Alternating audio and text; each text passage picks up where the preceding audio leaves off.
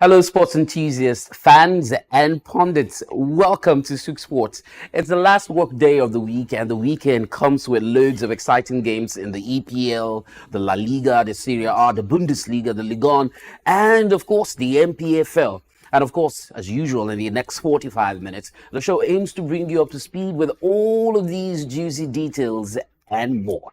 I am the top cat, TC Barra, and with me is the master predictor, calculator, at Kata the attacker. Glad to be here. If you're the top striker, I'm here to support you to Well, look at that one again now. What about lay the pass and you're going to score the top. Yes, good to get. That's how it is right here on the show. And of course, we'll start off with the local scene as usual, as the Minister of Sports Development, Senator John Enoh, has declared the 8th edition of the National Youth Games at the Stephen Keshi Stadium in Asaba open.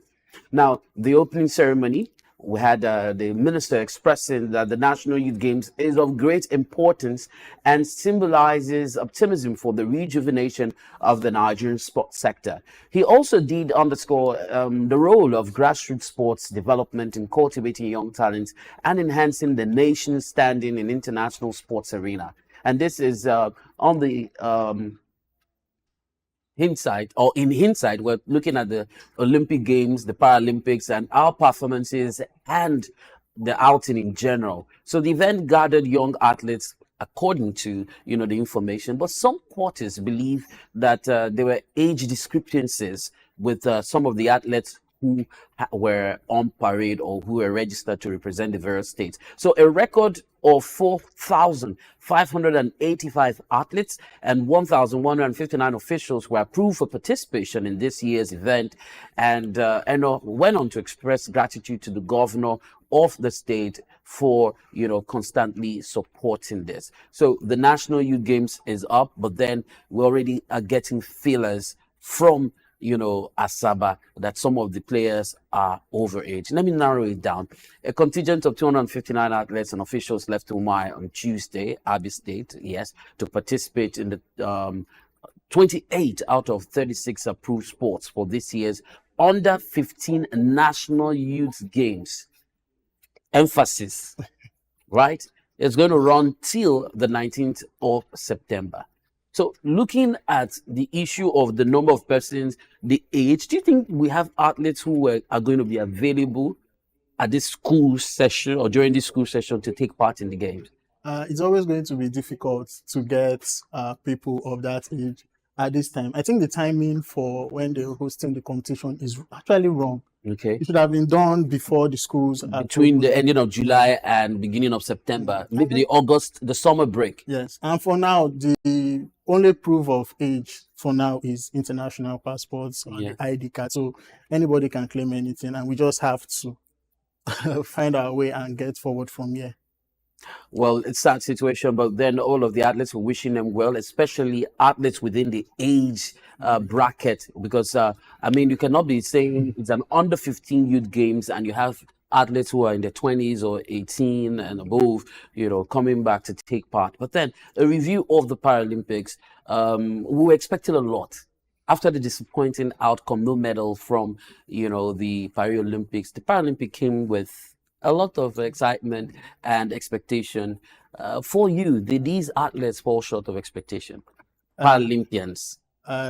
They did, but I think we should always promote them to go forward. And that's why we have a competition like this, under 15 competition, where we can discover new talents. And beyond the discovery, we'll try and develop them. So in the next 4 years, we'll get medals. Have we learned our lesson? That remains to be seen. We are going to, after moments of brilliance, moments that will go down. Individual brilliance. Yes. Individual brilliance. But the Minister of Sports has promised that he's taking we always go back to the proverbial drawing board. And let's hope that this time around, work will be done in the drawing board. I hope we get the right architect to actually, draw a proper direction on that board. But then the NPFL started off with so much excitement. The opening match, they ended goalless. That was between the Academy Warriors and the Flying Antelope. And match day one continued couple of days later with games played across different centers.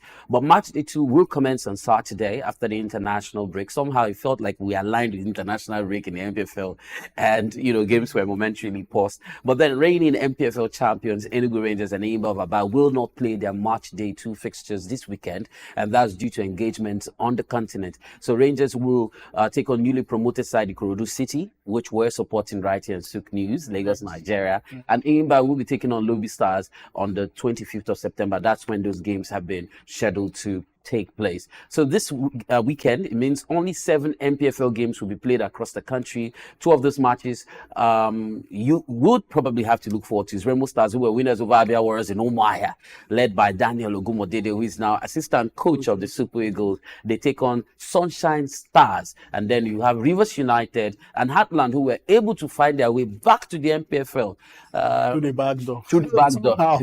And they also lost opening day to Enyimba, yes. having beaten finding the back of the net first. That's it. So lost 3-1 to Enyimba. Eventually, led by Emmanuel Amunike, legendary. Maybe they need some time to get coach, a young Olarewaju. I mean, if you look at it and all that. So those are some of the interesting games. Rainbow Stars who want to solidify themselves, and of course they got a great opponent in Sunshine Stars. We want to see how that goes. But Abia Warriors want to pick up on their last loss at Umuahia as they go to play Akwa United, the Promise Keepers. That's going to be tomorrow, 3 p.m. early kickoff. And on Sunday, we would now see Bayelsa United against Kano Pillars. And of course, Kano Pillars coach, who Kano Pillars were the ones who undid Ikorodu United by the seams last game or last match day. They beat them, I think, about 3-0. Yeah, so the coach is showing respect to Bayelsa. He says he has a lot of respect for them. Their goal scoring ability, talking about Usman Abdallah. And so, despite focusing on defensive solidity, he has recognized Bayelsa's impressive goal scoring record from previous season. And, would want to see how that plays out when the same Sugida side lands in Yenagoa. So, Katsina United will also take would also play Bendel Insurance against Niger Tornadoes at 4 p.m. We'll have some of these games rescheduled. Like I said, Shooting Stars against Plateau United is 5:30 p.m. So just very few games in the NPFL. But then newly promoted El Kanemi Warriors and Kwara United, which was scheduled to take place on Saturday, has also been postponed. The league management body had to take this decision because of the flood disaster in Maiduguri, Borno State, the home state of El Kanemi Warriors. And we heard that Katsina United have announced a compassionate gesture for the displaced people of Maiduguri, as the team is planning to observe a minute of silence during the upcoming match, and that's to show solidarity to those who are affected in the flood. I mean, some of these things are just mind-blowing. I was having a conversation with Juvie, Offset, and he was saying the flood was man-made. Caused by man, lack of maintenance of the dam. Those are the news reports we've been hearing. But I just hope that the people will find a way to pick up their lives once again, and we should not experience this sort of natural or human-made disaster. Yeah. Once again, I saw the They vice put a president hold on everything. Yes, Even yes. on, I saw the vice president swimming through the water. A lot of people have said it's from photo ops, but he's from there. Yeah. So he went there to be with his people. And El Kanemi Warriors, twice now they've been hit by certain man-made issues. The last time was the protest. They were unable, to prepare for for the continent. It's affecting them on the continent. Exactly. Yes. So, and now you have floods. I mean, you might say it's not their season, but like Hakabar. It's too early. Let's not project that to them. All right, some news from the NPFL. Mike Ibe has officially moved to the NPFL club Remo Stars, the experienced midfielder who previously played for a good number of NPFL clubs, Katsina United, Abia Warriors, Plateau United, the list goes on and on. He's joined Remo Stars as a free agent. And for the People's Elephant, the technical advisor Olanrewaju Yemi, one of the youngest in the game at the moment, has acknowledged the challenge of limited information about the upcoming opponent, Otoyo Felante, who they are going to be taking on in the CAF Confederations Cup. But then he's emphasizing that his team's commitment to their primary objective is to secure victory. So I'm certain that it's important we start keeping information, data, match clips, referring to this thing. So at some point, I had the privilege of working with a particular club in the Southeast. And it was at that point that I got there that I started talking about converting match clips into soft copy and storing on a Keep cloud them. Yeah, they should be. so that you can put some of the match clips were on CDs, burnt into CDs, and you try to extract from it. You can't get, there's no history. And so you can't even say, this is how we played against this team, this is what they did. And people don't even go the extra mile to want to see how the other team plays. Then how do you understand their philosophy? I also think that for this side, this club side, they are not a traditional powerhouse on the continent. Okay, so I think that this might is like also be the a first problem. time Eto'o Filante, the other Eto'o we know is Sahel. Eto'o de Sahel, the popular one from Tunisia. So I think that's the problem that the Enyimba technical advisor is facing. All right, the Black Stars are facing a problem of their own. They have no home ground at the moment. They might be subjected to playing in Nigeria or any other close country. The Confederation of African Football rejected Ghana's Babaya Stadium in Kumasi for their remaining 2025 African Cup of Nations home qualifiers. So CAF's inspection team found the stadium unsuitable. Says, we no agree you play. Citing major structural concerns, poor drainage, uneven playing surface. It was undulating. It felt like it was a graph of some sort, and uneven grass cover. Now, there are other Ghanaian venues like the Cape Coast, Accra Sports Stadium. They also did fail to meet the Confederation of African Football standards. And so the country needs an approved stadium for their upcoming qualifiers. So some options, just like we had some of the Flying Antelopes had to play their home and away games at the Godswill Akpabio Stadium, and that's because of unavailability of stadium, approved stadium or standard stadium. So the nest of champions to the rescue. It just feels good, the name nest of champions. It feels like it's a nest for all birds to come through. Well, I don't feel very good about this because but then foreign exchange. Ghana is a traditional football powerhouse in Africa. They shouldn't be having this type of problem. Oh, well, yeah. That goes to talk about our maintenance culture. We have very big Ghanaian clubs, from the Hearts of Oaks to the other clubs. And how come we don't have a stadium where ASEC Mimosa is Ivory Coast? Ivory Coast, yeah. Ivory Coast. How come they don't have a stadium that can host the national team? It's shameful to say the least.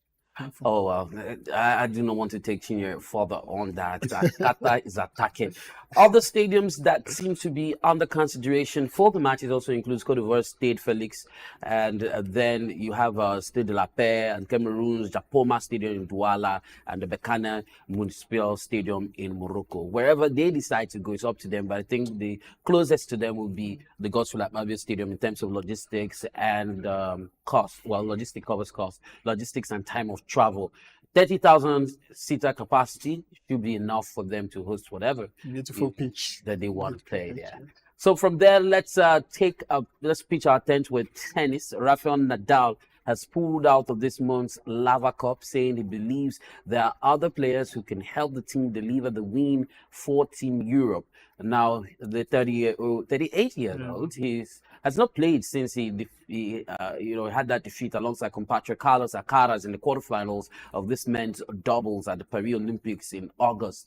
A 22 Grand Slam singles champion, no doubt. Nadal is a big name, a big brand, but he did not confirm any specific injury or did he show any health concerns, but he has previously indicated 2024 would be his last season. So the Lava Cup, contested between Team Europe and Team World, starts in Berlin, and that's on the 28th of September.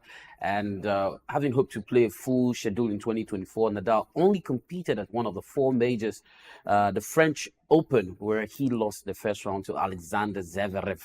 After missing Wimbledon to focus on the Olympics, we talked about it here a lot of times, Nadal was hampered by a tie problem in Paris and then suffered a second round loss in the men's single, and that was to eventual gold medalist Novak Djokovic. At 38, the man don't try. Are you up to 40? Am I up to 40? I'm not engaging in that sort of strenuous physical activity. I get. That's why he has become injury prone, and he should take it easy. He's taking it easy. That's what I think. Yes. Well, let's see how that goes. But Rory McIlroy is not taking it easy. He finished with a hat-trick of birdies to cut 3 under 68 and 6. Just 2 shots off the pace after the opening round of the Irish Open. Now, the Northern Irishman competing at home for the very first time since 2019. He did mixed 6 birdies with 3 boogies to lead the Irish Challenge and testing crosswinds at the Royal County Down. His superb finishes kept him within reach of English pace setter Todd Clements, who finished with an eagle at the par 5 18th to put himself in pole position, which is a shot ahead of Finland's Sami Välimäki and Spain's Alejandro Del Rey. World number 3 McLaury was the best of the home hopes, with Shane Lowry carding the 1 over 72 and Tom McKibben 2 shots worse off. Now, after the whole event, he spoke to reporters and admitted that he has struggled with the pressure of competing in front of his home fans in the past. And having missed the cut when the Irish Open last visited Newcastle Links in 2015, at the Open at the Royal Portrush in 2019, carding opening rounds of 80 and 79 in those 2 events. And I can understand Rory's situation. A prophet is usually not recognized in his home. I mean, how do you respond to that? Well, a lot of pressure. You imagine your daddy or your cousin watching you, stuff like that. You've gone by Blico, but that's it. That's what.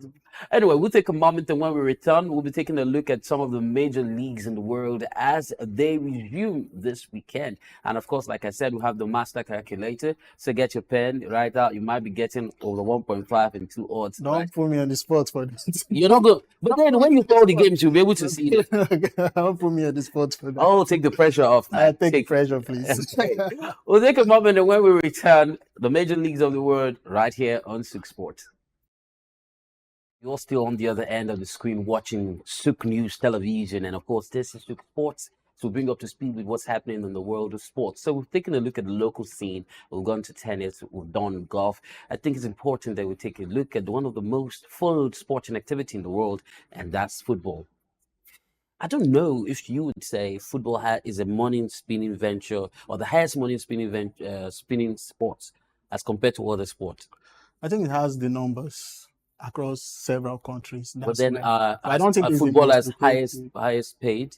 I think basketballers get paid more. Okay, American football, that should be subject to some research. I can't say. Okay, so if you had to put in ascending order your most preferred league, which would you go with? It's the Premier League.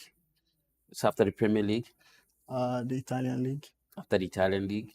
Spain. After the Spanish Liga. Germany. Bundesliga. Yes. Then the French League. I think the top 5 leagues, the way we all know them. But you went with EPL, Serie A, yes, Bundesliga, and the Spanish League. Before the French. Yes, they call the French League the Farmers League, but it's a very But then I thought the La Liga is even more popular than But you prefer the Bundesliga. No, I'm saying take the Premier League aside, the Spanish League and the Bundesliga. Spain is more popular than, because Spain at the time had the 2 greatest players in the league. And then at that point, when the Premier League used to be the biggest league before Premier League now repackaged in 1992 and started the proper marketing we know today, and with TV rights all around the world, driven by clubs like Manchester United, the Arsenal of this world. That's how Premier League captivated everybody, and I'm not different. Let's start off with the Premier League that captivates the heart and soul of football lovers across the world. It will resume this week after a week's break for the FIFA International Games. Manchester United, who have been very inconsistent so far this season, will open their Premier League match day 4 with an away clash with Southampton. All right, so I'm hoping that we can get the EPL fixtures up on the screen. Coach Erik ten Hag, who is already under pressure due to the club's inconsistent run, must find a way to make the Red Devils return to winning ways this weekend. So the biggest game in the 2024-2025 English Premier League match day 4, it's going to be between North London rivals Arsenal FC and Tottenham Hotspur. That's going to be on September 14th, Saturday, tomorrow. So do you agree that that's the biggest game? It is the biggest game because they are rivals, they are neighbors, and they're also rivals. Very, very. An Arsenal fan, when Sol Campbell moved from Tottenham to Arsenal in 2001, it led to a great war and battle. And till today, people still see Sol Campbell as a traitor. And this game promises to be, because right now, Arsenal, they are going through some sort of disaster. They are missing the 2 great midfielders, Declan Rice, who got the red card in the last game, and Odegaard, who got injured during international break. So they only have Partey and Jorginho, who has been spending time on the bench, that first choice midfielders to play this game. So a lot of pundits are giving the game to, that is a time. Arsenal. If there's a time, if there's a time Tottenham can beat beat us now, this is the time. because of an Odegaard and a party. Declan Rice. Oh well, A lot of Califiori.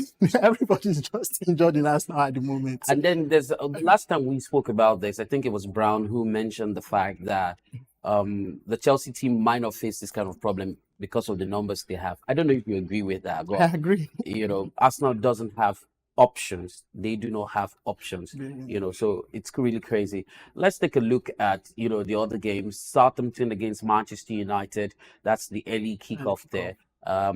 Brighton Hove Albion playing host to Ipswich Town. Leicester City away to Crystal Palace. Fulham will take on West Ham United. Liverpool against Nottingham Forest, and Manchester City against Brentford. All of these games, at 3 o'clock. So finally, after years of build up, the biggest and most controversial contest is set to begin. And that's on one side, the Premier League, and on the other side, defending champions, dominant force, Manchester City. Now, City face 115 charges for allegedly breaking the financial rules of the competition they have won for a record-breaking 4 consecutive seasons. Now, those charges will be heard at an independent hearing, which is set to start on Monday at an unknown location. It's shrouded in mystery. That's subject to any late legal delays. So, billed as a sports trial of the century, it's expected to run for 10 weeks, with the verdict expected sometime in 2025, but early on. So, what do you think about Manchester City's issues? I do not have details of what they're currently going through, but they've spent quite a lot over the past 5 years. That I'll be surprised if something is not nicked from them, because they've spent outrageous amount of money, and there are financial rules in the game today that stops clubs from having that sort of undue financial advantage over the other clubs, especially as it concerns their books. There has to be a balance, checks and balances. That's what this is about. So if I'm balanced, your check, or your check and balance. That's what the organizers No, of I'm the saying league. you now. On this Tinubu economy, you're not balancing any check. So the last game for the weekend will be Aston Villa taking on Everton at 5:30, and of course Bournemouth Chelsea at 8 p.m. That's for Saturday. On Sunday, Tottenham Hotspur Arsenal, Wolves Newcastle, and you're saying it's possible that it might just be a chance for Tottenham. This is Tottenham's best chance to great one over Arsenal. So let's just see how it will go. All right. Tell us what your predictions are in the comment section. But then I was hoping that you tell me a scoreline. You don't think? I can't see. Yeah, because you're feeling some sort of sentiments now. Girona in the La Liga will host Barcelona in a Catalan derby, and that's going to be on Sunday. And if there's one thing that you should be expecting at the Estadi Montilivi, it's a plenty number of goals. Well, Real Madrid set 4 points back following 2 draws in their opening 4 games, and boss Carlo Ancelotti will also be hoping some of his injured stars return soon. Defender David Alaba, and of course midfielder Eduardo Camavinga, and then Dani Ceballos remain out before the Los Blancos visit to Real Sociedad on Saturday. If we can, have the fixtures of the La Liga on the screen, but then what do you make out of this? The Barcelona-Girona match is Barca's strongest test so far this season. Yeah. After the first game, they have 100% record. They've won the 13 goals and just 3 conceded. But Girona, for much of last season, competed up to the last 5 matches. So this is the test, the real test for the new coach of Barca to see how well he has built the side. Then for Real Madrid, I think they are missing Toni Kroos. They do not seem to have this grip on games they used to have when Toni Kroos was there. And this might be the season that Barca will run away with the league again. Well, that's a big if. Big if predictions there. Any prediction. On Sunday, Celta Vigo play host to Real Valladolid, and Athletic Club are away to La Palmas. Atletico Madrid against Valencia, and then it wraps up on Monday with not on Monday actually. Real Vallecano has got the game on Monday, but just before that, Mallorca play host to Villarreal tomorrow, 1 o'clock. Espanyol against Deportivo Alaves at 3:15, and Getafe away to Sevilla at 5:30. While Real Sociedad and Real Madrid completes the La Liga fixtures on Saturday at 8 p.m. So Real Madrid right now, without any iota of doubt, they have one of the finest players in their The fold. firepower up top, Vinicius, Mbappe. Well, Vinicius didn't even do good in the international break. He has not been doing well internationally, but he does well for Real Madrid. So wearing the white and white jersey And there's Mbappe. at the Bernabeu. I know they're playing away now. I know that at a point Mbappe is going to kick on, and we are going to see the very best of a player who I believe will dominate world football in the next 2 years. Okay, let's see how that plays out. So, are you putting a scoreline to it? 2-1 in favor of Real Madrid. Since you're pushing me, yes. Away. Okay. From there, we'll move on to the Serie A, and that's the Italian Premier League. Como returned to the Serie A for the first time in over 2 decades. Now, this season, it came with a lot of fanfare. Given the backing of big-name stakeholders like Thierry Henry and Cesc Fabregas, and after going bankrupt twice, they have risen from the 4th tier of Italian football since Indonesian tobacco giants Jarum took over the club in 2019. Former Spain, Arsenal and Barcelona midfielder Fabregas has gone from being a Como player to assistant manager and now first-team head coach. But his side are yet to get their first win in the Serie A, as they've had defeats to Juventus and Udinese, and then a draw with Cagliari. Fabregas is hoping a first home game at the revamped Stadio Giuseppe Singaglia against Bologna on Saturday will lift them off the foot of the table. If we can get the fixtures, and we'll get to run off. But then Como, some of these new teams, you think it's just a flash in the pan? Fairy tales are good, but this is reality. The club, which is backed by superstars, they just have to find their way to get grips with this league, especially at this level. I believe they might need a season or two to really understand where they are. I'm just hoping that they could avoid relegation this season. Well, Inter sit on top of the league with 7 points. Juventus, 7 points. Torino, 7 points. Udinese, 7 points. And that's the first 4 on the Italian Serie A table there. And you're seeing all of these teams who have played 3 matches have been able to amass 7 points. And that makes it a very keenly contested league up there. Are you noticing something? There's no Milan. Yeah. They are yet to get into the first 10. Yes. Sadly. So if we could look at the fixtures available this weekend in the Italian Serie A real quick and see how, the teams will square up against each other. It might be a tough one for Como, but then Bologna, I don't know, not such They're a not great so side. impressive this season, but they did well last season. So if Como will get any point, they should be able to get a point from this match. And they're home. And they're at home. So the support from the home crowd should do the magic, but Juventus are away to Empoli. Milan will take on Venezia. We would want to see how a resurgent Samuel Chukwueze will fit into the team. He did great, for Nigeria. In the first game. In the second, he had to be pulled out. Yeah. Consistency is key, I know. So Girona against Roma on Sunday. Very early kickoff, just before noon. Atlanta will take on Fiorentina. Ademola Lookman, Ballon d'Or nominee. African Ball of the Year. Winner. What's going on? He has to win it. I'm seeing the PR being run by Brahim Diaz's team. Yeah. I also believe that our players should also get the very best PR companies to run their PR so that they can be among the biggest stars and they won't be facing the problems some players face when it's now time to do the transfers. All right, so back to the Italian Serie A. Let's take a look at those fixtures once again. Ademola Lookman's side will be in action this weekend. So it's Atlanta against Fiorentina. Leeds will go away to Torino. Cagliari against Napoli, who are no longer going to be having the services of Victor Osimhen. Monza against International, that's Inter, and the games will continue on Monday, and we'll come back on Monday to let you know how these went and what you should be expecting from the Serie A on Monday. But then for you, which are the games here? I think the Milan-Venezia games. Okay. The Milan coach Paolo Fonseca is currently under pressure.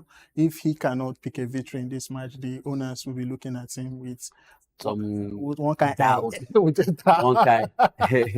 Some doubts in the eye. Then the game between Empoli and Juventus looks tricky because Empoli they are yet to lose a game this season. Yeah. Also Juventus, so it will be a tricky one. But the other games are pretty straightforward.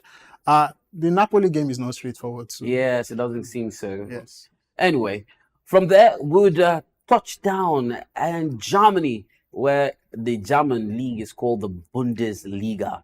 And then a surprising twist of events. We have Heidenheim headed into the weekend as the surprise leaders of the league.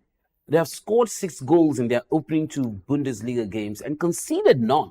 They are doing initial gra-gra. Really? The club were playing in the 4th tier 15 years ago, but finished 8th in their debut Bundesliga season last term and end the sport in Europe. Okay. Now they will face Chelsea in the Conference League. These same companies, Bayern, have also won both their opening games, and they visit newly promoted Holstein Kiel on Saturday. Champions Bayer Leverkusen saw their 35-game unbeaten Bundesliga run come to an end before the international break with a defeat by RB Leipzig. Xabi Alonso's side will look to bounce back at Hoffenheim on Saturday, but will be wary of the threat of former Leicester forward Andrej Kramaric. And the 33-year-old Croatian international leads the Bundesliga scoring charts with 4 goals in 2 games. Let's take a look at the German Bundesliga fixtures. First and foremost, Heidenheim on top of that table. You say it's initial gra-gra. They got in a very great loan signings to help the club play football. Okay. But when push comes to shove, I think they're going to come down. Clubs like Leverkusen will be coming back off the smart of that game where they lost. Yeah. It was, they say all good things come to an end. It was always going to happen one day. But this 35 unbeaten games. They did great. And they were leading Leipzig 2-0, but I don't just know how it all happened and they lost the game. Bayern Munich with Vincent Kompany, we know they will still be top. So this league is still between Dortmund, Leverkusen, and Bayern Munich. The others can queue behind. RB Leipzig? They will queue behind.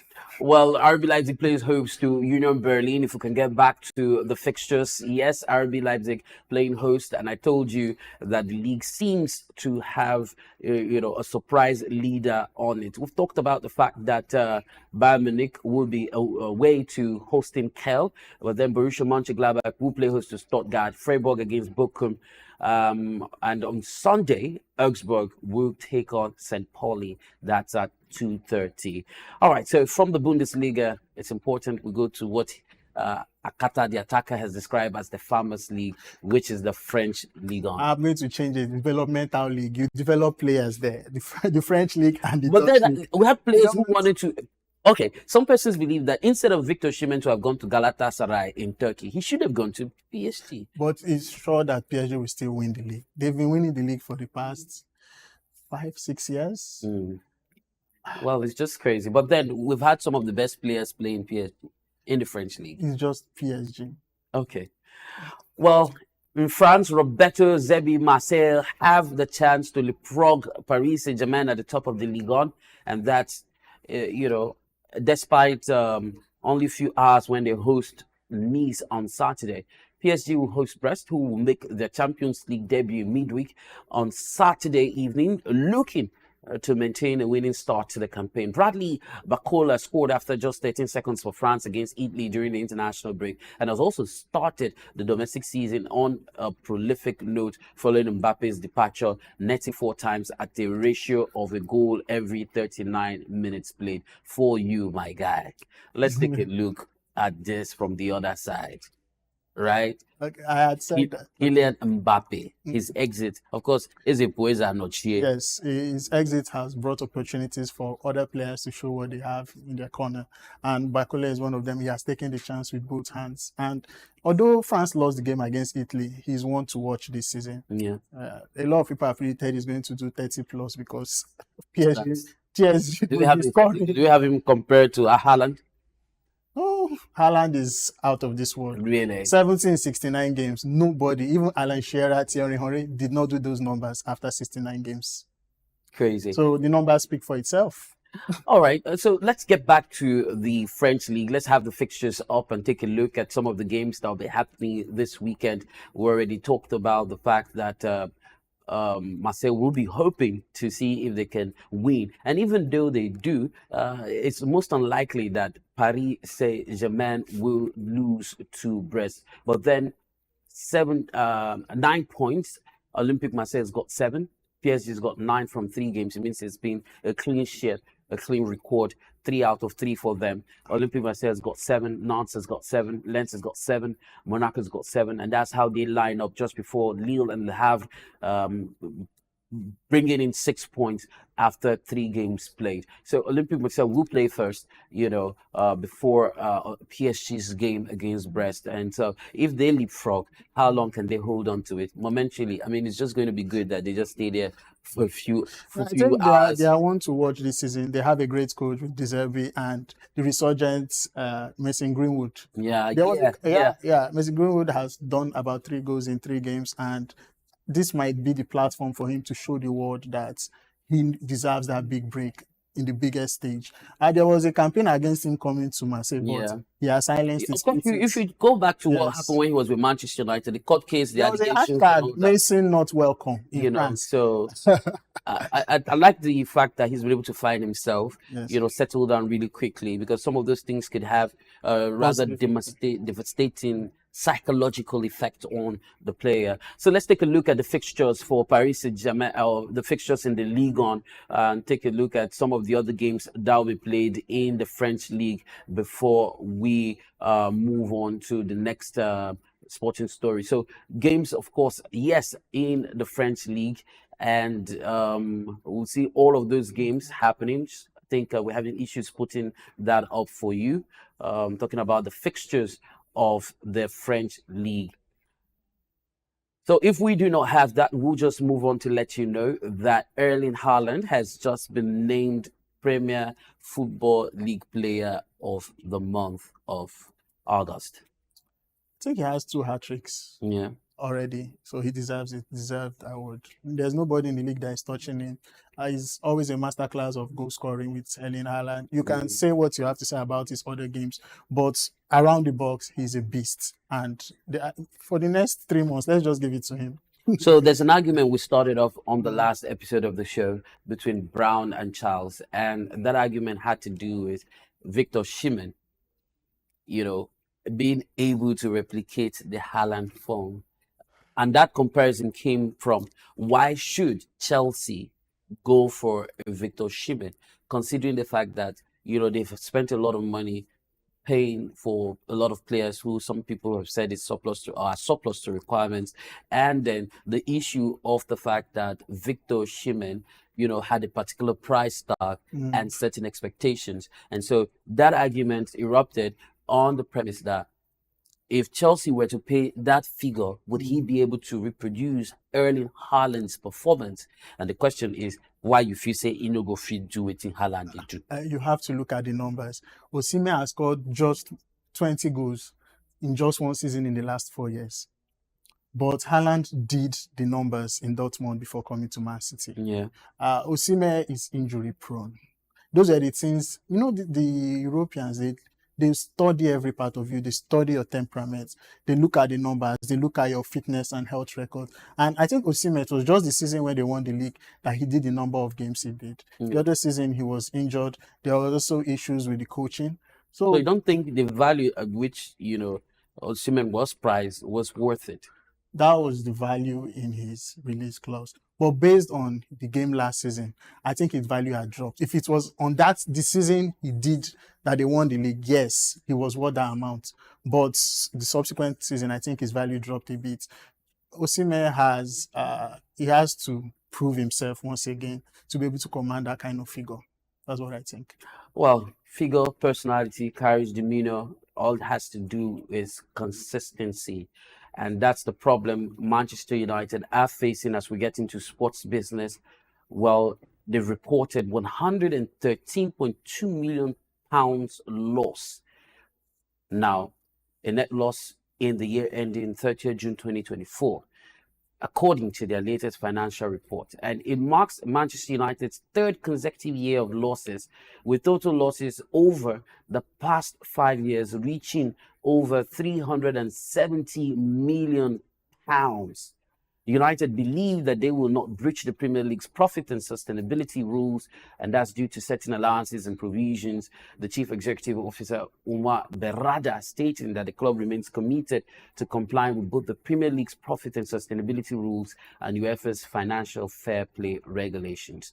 Now, what do you make out of all of these drama? On the other hand, Manchester City, hard noisy neighbors, are facing issues against Premier League, which is going to be the lawsuit of the century, or the sports legal tussle, however you want to put it. And then Manchester United, on the other hand, having issues of financial losses. A club that used to boast or pride itself as the richest club in the Premier League, and here we are. At the time, they were the richest club in Europe. They've not been competing at the level to generate the kind of Revenue and all. they've been known for. And they don't have the sort of players. Back then, they had the David Beckham, Yeah. who through just ticket jersey sales was bringing Memorabilia. in memorabilia, the merchandising. The club was well packaged and run. But right now, see, Ronaldo has always said it that there have to be a bottom to top approach towards redesigning the club. And then there was this argument about he and Eric Ten Hag about ambition and all that. Why does this seem to have an issue with Eric? Yes, I said it here the other day. You can't be a Manchester United coach and be giving excuses. You must always compete for the title. It's just also like Chelsea. Mikel has been saying it, that a Chelsea must always compete for the title. You cannot be making excuses that you're not ready. You must always be ready. He has been backed in the transfer market and he does not have any excuse. I'm backing Ronaldo on this.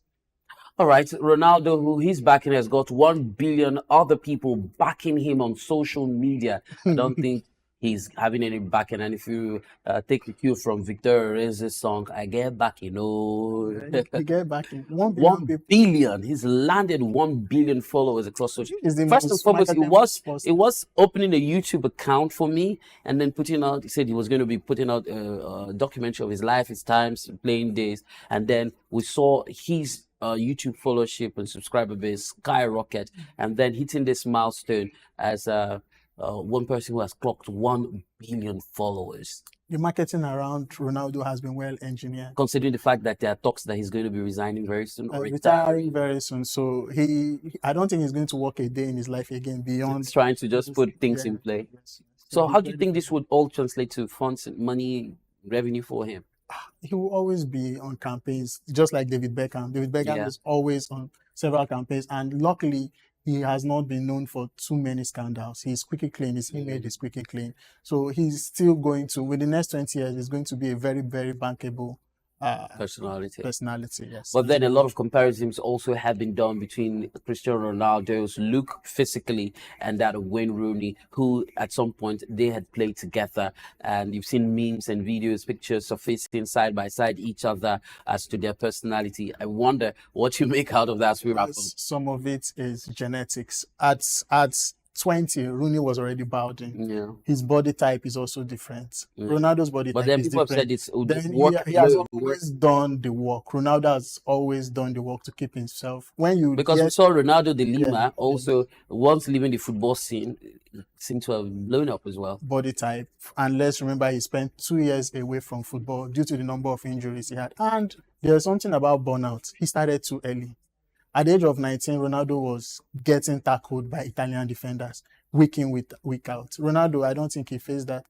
When Sir Alex Ferguson noticed that he was targeted by the English, he changed him a bit. He had the protection. Ronaldo, Nazario da Lima did not have the sort of protection Ronaldo had. So he was also plagued by a lot of injuries. Yes. So a lot of kudos to the lifestyle. Oh yeah, lifestyle. The Brazilian enjoyment, samba lifestyle is also very I was hoping you could do that move for me. I cannot. Come on, rumba dance. I don't have it. So what do you have? Nothing. It's Friday, bro. Give me something. No, I'm just here to watch, analyze football. I'm not here to dance. No, we're wrapping it up. This is not the entertainment news. We're wrapping it up right now. What's your favorite? Okay, let me do this one. I don't know. Let me do this. That's the only dance I can remember. Okay, so we'll be wrapping it up right here on the show. Thank you very much for watching. And of course, we ask that you head over to our social media handles and follow Souk News Television. We might just be putting a surprise prediction up for you this weekend. Of course, if you predict, you definitely get to win Urgent 2K. You know, for the station that loves Urgent 2K, they give them like back to back. So look out for our prediction post on our social media platform, and for you to not to miss out on this, all you have to do is ensure you're following on YouTube, Facebook, Instagram, Twitter. We can't just put it on any of those platforms and ask you to go to the other platform to put your predictions up. And I mean, it's just to make it a fun weekend for each and every one of us while testing your calculator or your prediction skill. So I want to wrap up the show by asking my man, Akata the Attacker, what games, because he likes to watch all of the games at the same time. So what games you're going to have your eyes on and how you think it's going to pan out as we wrap? I'm going to have my eyes on, I'm an Arsenal fan. Okay. So I'm going to have my eyes on the Arsenal Tottenham game. You had told me to predict earlier. Okay, maybe let me predict a 1-1 draw. I think Arsenal will win though. This kind of confidence that you have on Arsenal right now. They don't have a midfield at the moment. It doesn't mean that Tottenham has the muscle. They have the wheel. Well, that remains to be seen. I don't want to be too biased about it. I'm looking at the numbers. Okay, so that's just the only game we want to see this weekend. And that's the game I'll be focusing on. Then my eyes will be on the Nigerian contingent in Italy. I don't want the Milan also have Tammy Abraham joining them, Nigerian born. There's Chukwueze, there's Noah Okafor. I hope they get the first 3 points this season. We're also looking at the games in Germany with the pretending club side, Heidenheim or who are leading right now. Yes. So those are the games I'll be looking at. Well, sadly, we'll be wrapping the show on a sad note, not because I want to say save the best for the last, but I had to put this. Nigeria's under-20 Falcon girls crashed out of the ongoing under-20 female World Cup, and we had expected that they get to the quarterfinal. I had personally expected that, but they lost to Japan, having gotten into the round of 16, and so that will be the point where they stop in this stage of the competition. Some persons have said on social media that the team are playing like they were not training together and stuff. And, we've always had problems with preparations, especially the female side. They do not receive the sort of attention that the male side has. So the Falcons and the Falconers, they matter, and I hope that the NFF will now, going forward, take them seriously. Well, all of the teams in general, that's what we want to see. And I'll take this as the final words of Akata the Attacker on the show. Thank you so much for coming through, like always. As usual. Appreciate you. I mean, let's do that again. Yo. All right. My name is TC Barra. I'm the top cat. I did have Akata the Attacker for company on the show today. And of course, many thanks to Kelvin or Jeffia, the noblest of them, who ensured that this was put together. And of course, everyone behind the scenes, ensuring that you can receive us crisp, loud, and clear. It's Friday, yeah? And of course, a lot coming with this Friday feeling for me. I hope that I get to see you on Monday, and looking forward to you engaging with us on our social media platform. Until I come your way, stay glued, stay close. Stoke News right here. Bye for now.